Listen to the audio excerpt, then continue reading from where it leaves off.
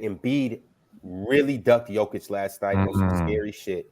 That was feeling? corny, yo, for real. I man. was so disappointed. I was looking forward to that Me too, game. Mars. I was, yo. I was, man.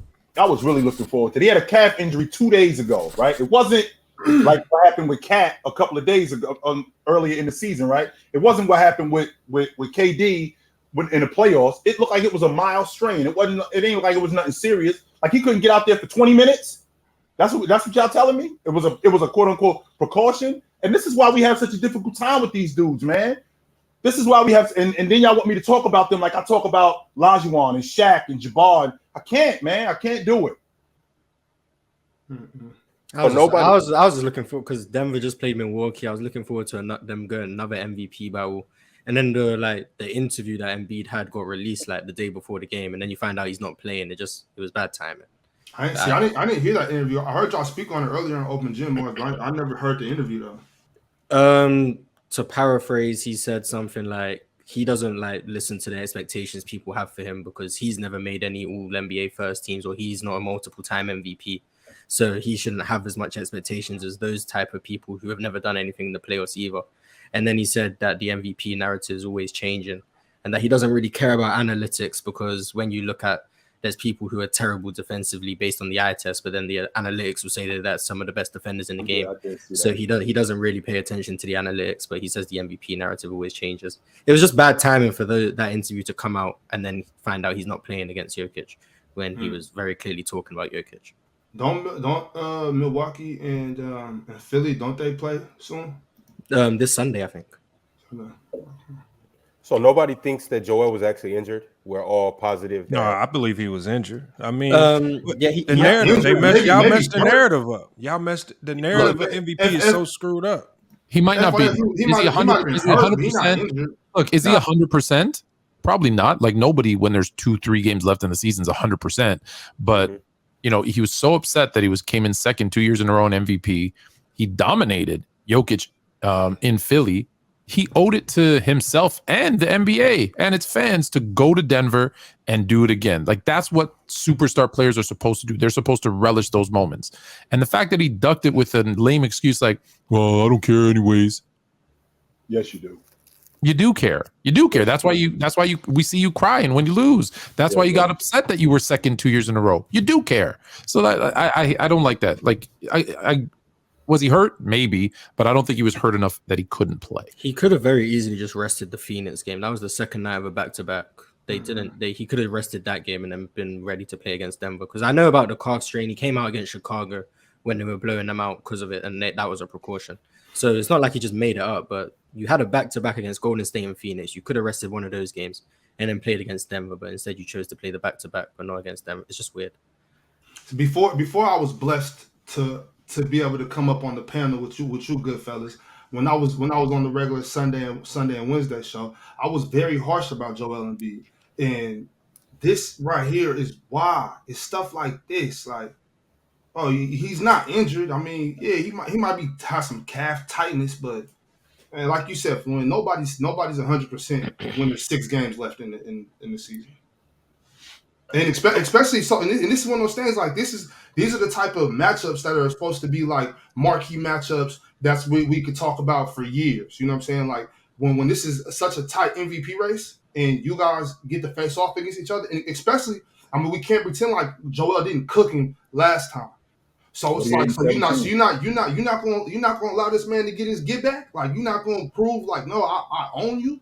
Like with boxers, for instance, there won't be no rematch. There won't be no rematch. Yeah, like back in the day, boxers, that was a sign of respect. Like, yo, we got to feed our family. Come on, let's get you probably might with me, but you got to feed your family. I got to feed mine. Let's get it in.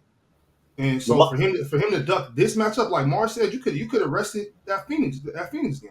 Lamont, you was saying something about the MVP criteria in Joker. I missed it. I'm just saying, like the way it is, like. The MVP conversation is so sensitive now.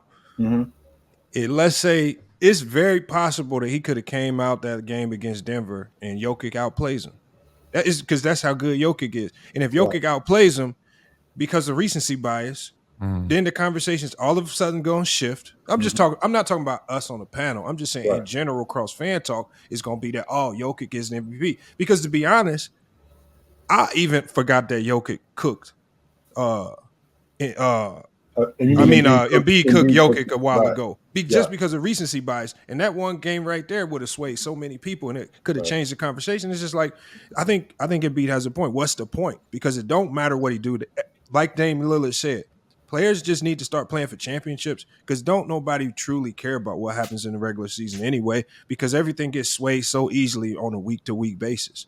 So, I mean, maybe he was right just to but the problem is you're talking about what the people are going to say, but the media, who are the voters, are going to say, "Oh, he ducked him," and that's going to affect their vote more. I'm not seeing that. More than if he outplays him. More than if he outplays him. That's what I'm saying. I'm not seeing that from the media. I would believe the media would have been thirstier to say, "Oh, Jokic is the true MVP. If he has a good game and drops a triple-double and they win and Embiid played, the media is going to jump all over that, pushing a new case for Jokic being the MVP." I promise you they would have been. So, I mean, so you don't think they're taking the he ducked him?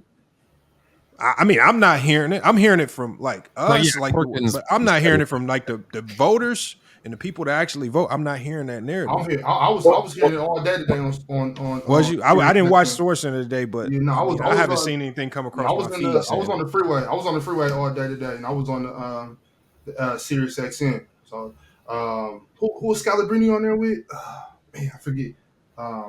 I don't know. Rick Camelot, I think they were on there. They were super harsh about it. The couple of talk shows I did listen to, they were, questioning. But are they voters though? Yeah. I don't know. I know Scalabrini's not a voter because he's with the Celtics. So two things. Number one, Kendrick Perkins is a voter. Yeah, he's a voter, and he said which bugged me out, because he said this is stuff like this that I'm going to remember. But he should not be a voter. But anyway, I don't understand that neither. But to Lamont's point, the question that I would have is, well, isn't that part of it when you talk about, the narrative changing? It's basically like rounds, like you're talking about boxers fighting. Well, one round, you got this round. Well, the next round, you may have this round, and then the people may very well be split. Because when you're talking about narrative in terms of media, well, who do they listen to? They listen to the people too. It's not just them coming in with just a specific criteria. No, they also listen to the people as well. So if Embiid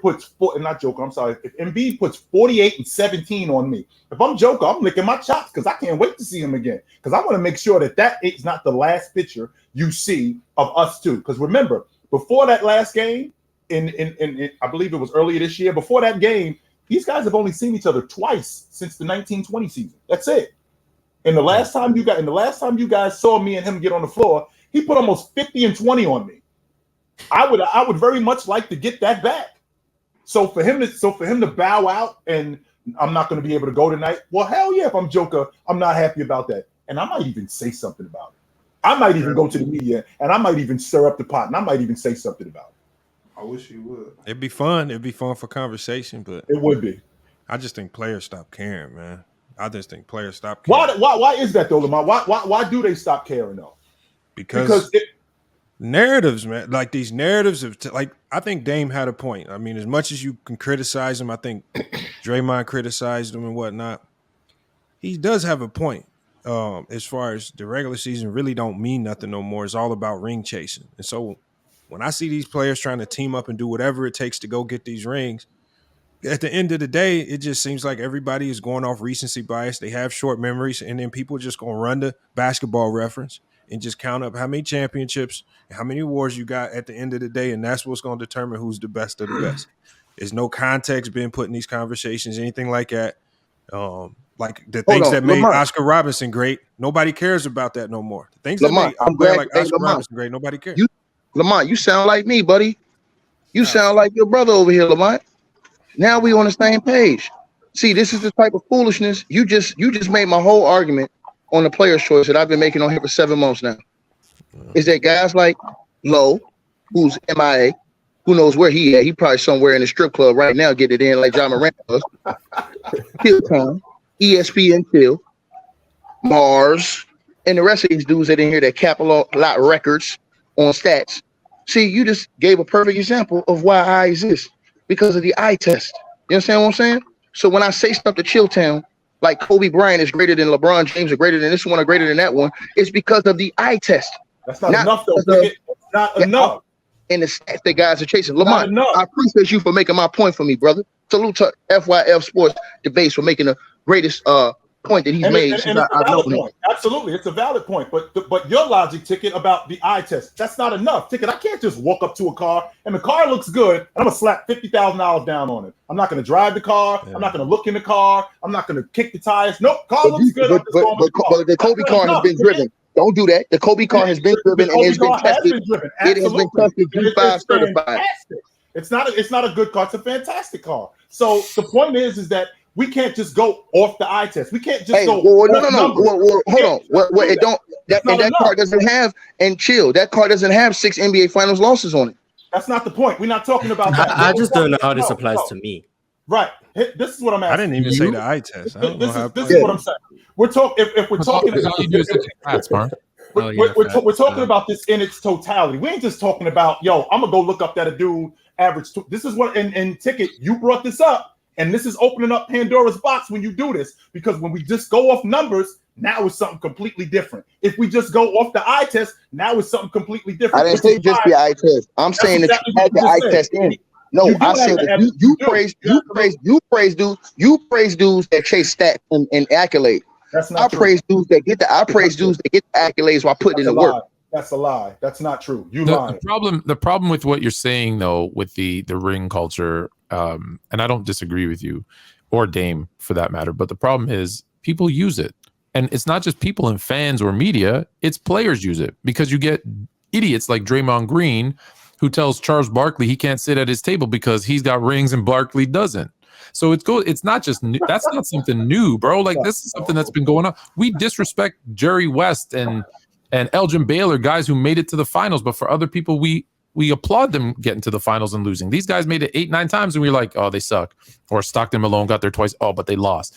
So it's like the narrative changes depending on who your favorite player is. So when we say rings, this ring culture, it's convenient to use it when you want to, but you got to get these idiots like Green to stop saying nonsense. Like, even some WNBA player, I forget her name, but she said the same thing to Chuck.